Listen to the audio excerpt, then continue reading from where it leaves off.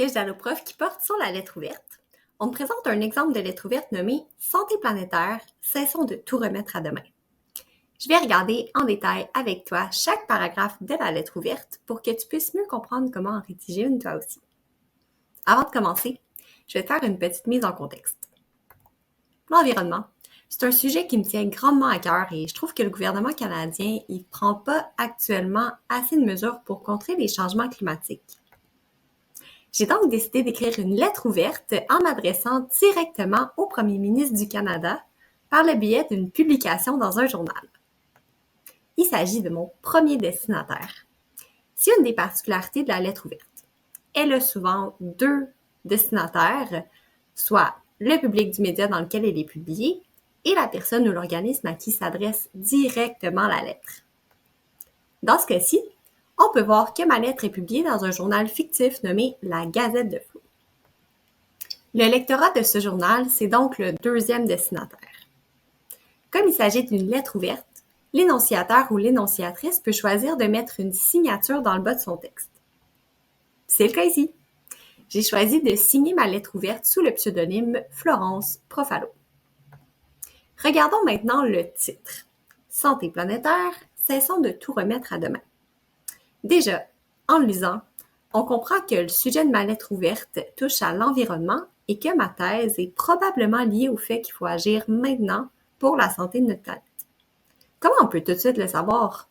Parce que j'utilise une marque de modalité. En effet, la phrase impérative démontre la nécessité d'agir. Note bien que c'est important que le titre soit révélateur par rapport à la thèse de la lettre ouverte et qui attire tout de suite l'attention du lectorat. Passons au premier paragraphe, l'introduction de la lettre ouverte. Elle s'organise habituellement ainsi. Un sujet amené, un sujet posé, une thèse, puis parfois un sujet divisé. Le sujet amené, dans cette lettre ouverte, ce sont les 3 premières phrases. J'ai décidé d'amener tranquillement le sujet des changements climatiques en parlant de leur ultime conséquence possible, la fin du monde. Remarque que j'ai utilisé 2 phrases interrogatives pour interpeller mes destinataires. Je passe ensuite au sujet posé. C'est à ce moment-là que je présente le sujet de ma lettre, soit le frein des changements climatiques. L'introduction se termine avec ma thèse, soit le point de vue duquel je veux convaincre mes destinataires. Il est nécessaire, selon moi, que le gouvernement canadien intervienne davantage pour protéger l'environnement et freiner les changements climatiques. Passons maintenant au paragraphe suivant, le premier paragraphe de développement. Regarde le début du paragraphe. Je commence par l'organisateur textuel tout d'abord. C'est important d'utiliser des organisateurs textuels comme ça pour assurer la cohérence d'une lettre ouverte. Dans ce paragraphe, j'ai décidé d'utiliser la stratégie argumentative de la réfutation. D'abord, je présente un contre-argument. Le fait que la situation n'est pas si alarmante parce que les effets des changements climatiques ne se feront pas ressentir avant longtemps. C'est un contre-argument parce que c'est un argument qui pourrait soutenir la contre-thèse, soit celle selon laquelle le gouvernement canadien n'a pas à faire de la protection de l'environnement une priorité. Je vais ensuite discréditer ce contre-argument, donc montrer qu'il est faux. L'argument que je défendrai dans le paragraphe, c'est donc le suivant. C'est faux de penser ça parce que les impacts des changements climatiques se font déjà ressentir. Mon argument se fonde sur des faits vérifiables. Je le défends donc en présentant 2 faits dont les sources sont fiables parce que c'est super important pour assurer la crédibilité de mes idées. Le premier, c'est l'augmentation de la température annuelle moyenne au Canada. Cette information provient d'Environnement Canada et a été trouvée dans un article de Radio-Canada. Le deuxième, ce sont les nombreuses catastrophes naturelles qui ont eu lieu dans les dernières années. Je prouve ce fait en mentionnant les feux de forêt et les inondations qui ont eu lieu en Colombie-Britannique en 2021. Information que j'ai repérée, encore une fois, dans un article de Radio-Canada. Je termine avec une conclusion partielle qui, dans ce cas-là, fait un rappel de la thèse par le biais d'une phrase interrogative. Passons au paragraphe suivant. C'est le deuxième et dernier paragraphe de développement. Il commence, encore une fois, par un organisateur textuel. J'ai choisi le terme « ensuite » parce que c'est logique de l'utiliser après « tout d'abord » que j'ai employé dans le premier paragraphe. Dans ce paragraphe, j'ai choisi, cette fois, la stratégie de l'explication argumentative. En effet, je commence par énoncer mon argument, puis je le développe en l'expliquant et en appuyant cette explication avec plusieurs preuves. Dans le texte, on voit tout de suite dès la première phrase que mon deuxième argument est lié à la nécessité d'agir pour contrer les changements climatiques en raison de leur impact sur le milieu de la santé au Canada. J'ai décidé de soutenir mon argument grâce à deux sous-arguments. Le premier, c'est l'impact que les changements climatiques ont directement sur la santé des Canadiens. Je l'explique en mentionnant de nombreux exemples d'impact et, ici aussi, je m'assure de mentionner la source de l'information pour valider sa fiabilité et par le fait même rendre les propos plus convaincants.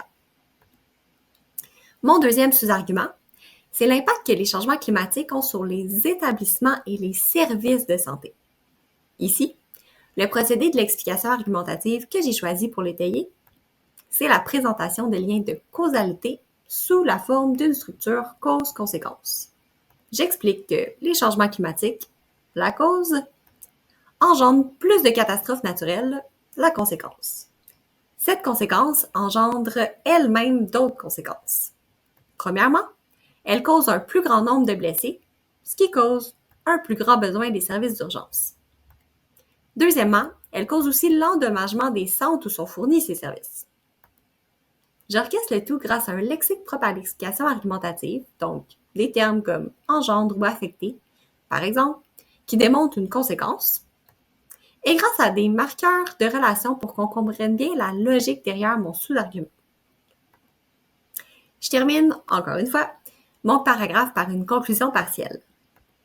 Je l'introduis par l'organisateur textuel en bref, puis j'y fais un résumé de l'argument que j'ai énoncé. Une fois de plus, j'ai choisi de terminer le tout par une phrase interrogative pour rappeler ma thèse tout en interpellant mes destinataires. On est rendu au dernier paragraphe, la conclusion. Je débute avec l'organisateur textuel en conclusion. Dans la première phrase, je fais un bref rappel de mes arguments, soit le fait que les impacts des changements climatiques se font déjà ressentir et qu'ils affectent tout ce qui a trait à la santé des Canadiens. Non seulement je rappelle les arguments, mais je fais aussi un rappel de ma thèse dans la phrase suivante. La conclusion, c'est vraiment ma dernière chance de convaincre mes destinataires d'adhérer à mon point de vue, et donc, dans ce cas-ci, de convaincre le premier ministre du Canada d'agir tout de suite. Ça peut alors être vraiment important de rappeler la thèse dans la conclusion.